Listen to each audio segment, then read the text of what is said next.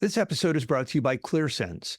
Their highly scalable, cloud-based Clearsense data enablement platform unifies healthcare data, making it more valuable, accessible, and secure for improved outcomes. Revitalize your health system's data to improve care, accelerate research, drive innovation, and generate substantial application decommissioning cost savings. Visit thisweekhealth.com/clearsense today and learn how Clearsense can transform your organization.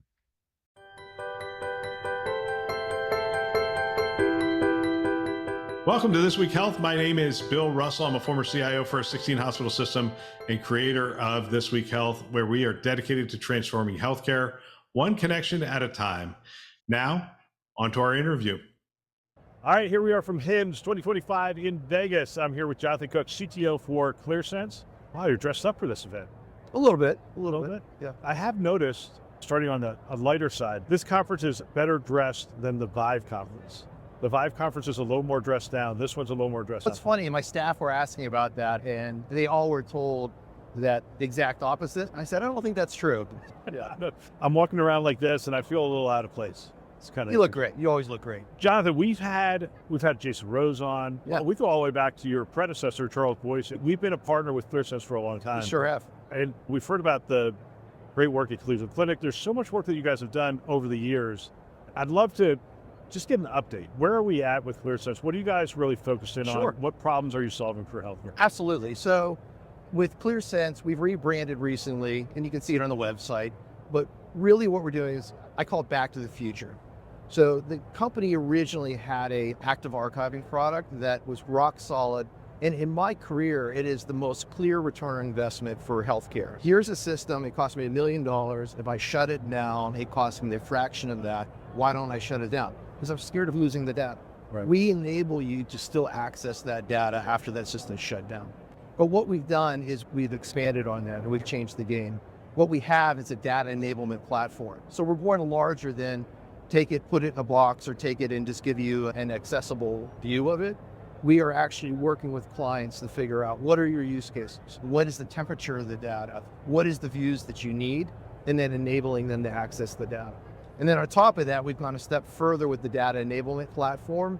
And what we realized is archiving all these systems is hard. You never know what the schema is going to look like. You never know what the application. Sometimes data lands on your doorstep. It's an old FoxPro database, and you have to figure out how to get data out of that.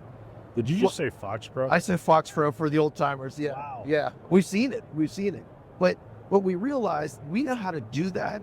Parsing CCDs and fire messages is actually easy. So we expanded that to the ability to not only pull in the data that you want to migrate, you want to retire, we can tap in and pull in your live EHR data as well, give you a single pane of glass to see the data across your entire ecosystem.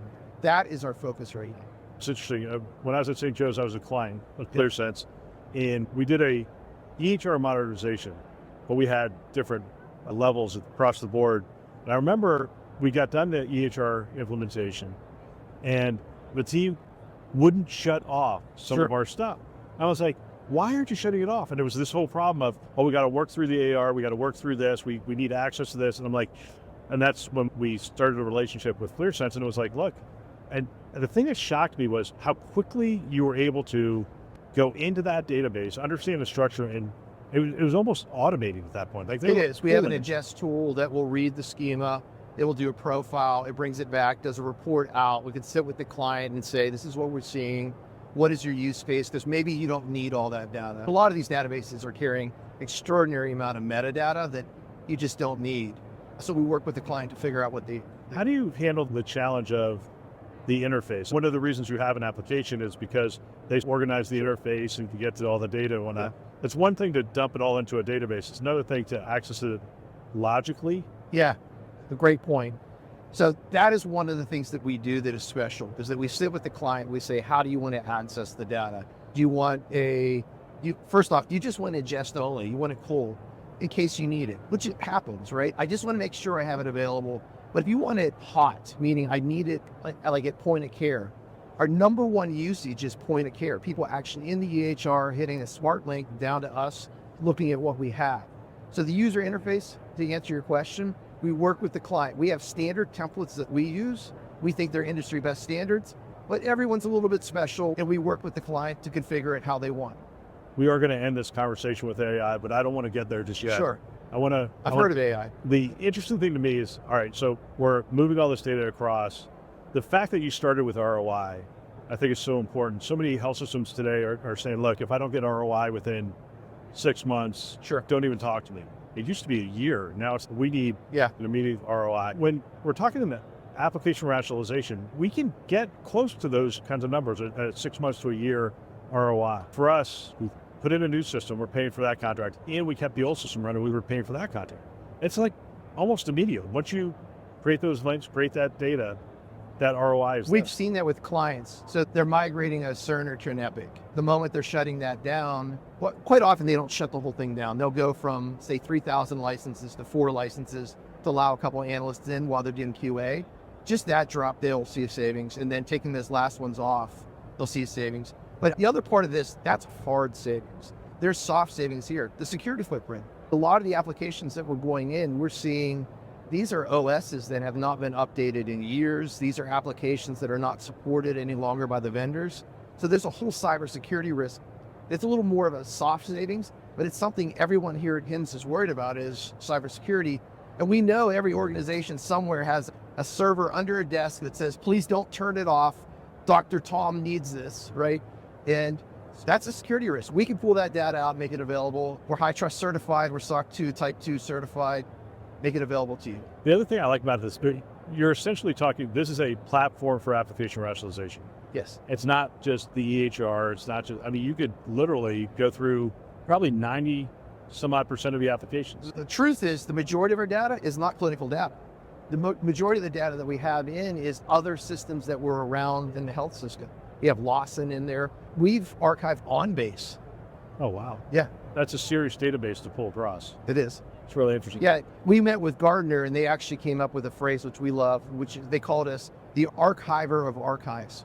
So we come in and archive the archiver.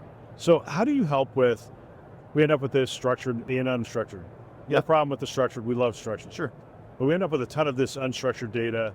How do you bring that into the, into the universe of usability within, we have workflows that we might still want to use that. We definitely have research we still want to pull that stuff into. Couple different answers to that. One is we understand the use case. We know how to format the data or position it in a schema for your usage. The easier answer is that we index everything. All the data coming in is being indexed. It's entirely searchable. But you can go in and go HB1C, boom, you can pull that up through all of your data. And then I think to your other point of this is we are pulling the data across all systems. We stitch it together. So if I'm looking for Bill, I can find you across all those systems because all that data is indexed. So to us, it doesn't matter if it's structured or unstructured, we're indexing the whole thing. A platform like yours, I hear the term AI enablement. Yeah. And you've used that term of AI enablement. Yeah. How does having a platform like this with your archive data enable AI? So we have customers that, we didn't think of it. I'm not going to pretend that we thought of it. Our customers saw the opportunity. Those are the best platforms, to be honest with you. People look at it and they go, we could do a lot more with this. Yeah, we have some very smart customers. They looked at what we were doing and they said, my goodness, you have 2 billion of our documents.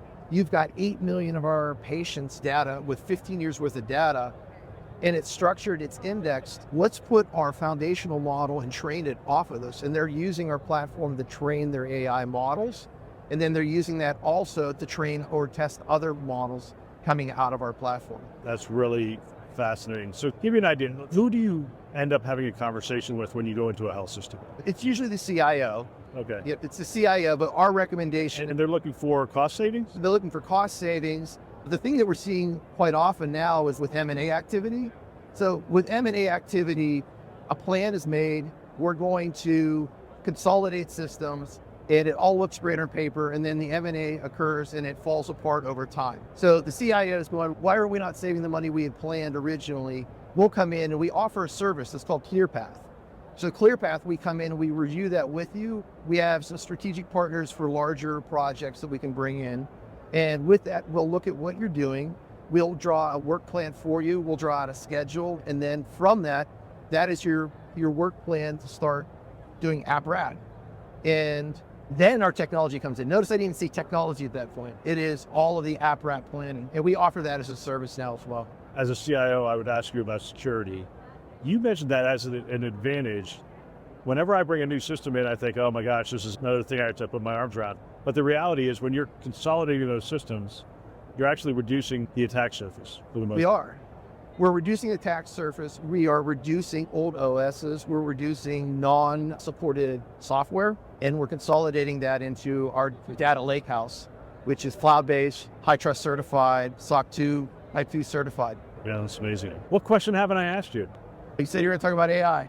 A question that came up to me recently, I think is worth bringing up, is what are you thinking about, or what has people worried they're talking to you? And honestly, it's a lot of what's happening in DC right now. What's happening in Washington, DC. Right. And a lot of clients are nervous. Well, how's this going to affect me? How are the tariffs going to affect my costs? And our response is very simple. Cost optimization is here, has been here, and is not going away. It's not. It doesn't matter what is happening in DC. This is a question. When people say, hey, this is what's going on in DC, I'm like, let me ask you this question. Do you expect your reimbursements to go up or down? I said, down. I said, has that answer changed over the last 10 years? So plan for that. Yeah, I was talking to an analyst last week, and I said, it's like good diet and exercise. It's not going away.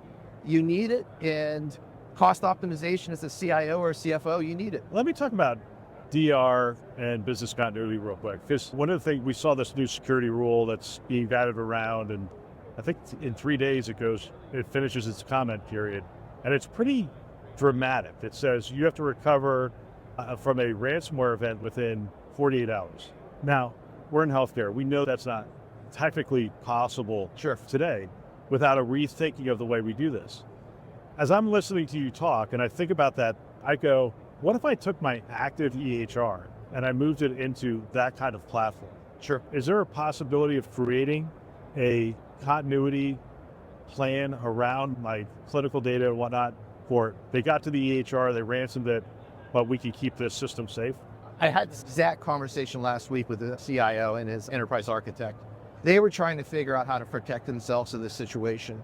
So with us, we're obviously not an EHR company. We're not going to give you full transactional UI on our side. But if you are feeding or we are pulling your active EHR in, you have all of your data. So we can bring up a continuity of care view of your patient and you can keep moving. In fact, a lot of people that are migrating EHRs, the small ambulatory EHRs, they don't migrate. So if I'm doing an Epic migration, I might take the larger EHRs and migrate them to Epic. The ambulatory or the mom and pop shops are further out on the network. They're taking just a part of the demographics and putting it into Epic, and then they're feeding the rest to us, and we're creating the patient chart for them. So when you go into Epic and you pull up Bill in Epic, it pulls from our system, the live view. So we're the legal medical record for those smaller EHRs. So I could lose a bunch of the workflow, but I would have access to the data. You'd be able to see the chart. That's a starting point, though. Yes. If I really thought about it, I don't know. This is your CTO, just me just having that conversation with you, because I think it's fascinating when you change the game on people and you say, look, you got to be up in 48 hours. No more scripts, no more ascension. You don't get to be down for 30 some odd days. You can be up in 48 hours. Or months. Yeah, you really have to rethink how you do things. I love that. You guys are in a good space. Immediate ROI, everyone's looking for that. Yeah, in my career, I've done a number of things. I've worked in pop health, I've worked in risk groupers, and there is savings in all of those. It's a little bit squishy depending on how you execute it. I've never seen a clearer return on investment than this application's costing you $1 billion. If you shut it down, it's going to cost a fraction of that, and you still have access to all the data, and we'll stitch it together with all your other apps. So instead of jumping between 20 legacy apps, single pane of glass, one view into us. It's fantastic. Thank you for your time. Thank you, Bill. Great being here. Thanks for listening to this Interview in Action episode. If you found value in this, share it with a peer. It's a great chance to discuss and in some cases, start a mentoring relationship. One way you can support the show is to subscribe and leave us a rating. If you could do that, would be great. Thanks for listening. That's all for now.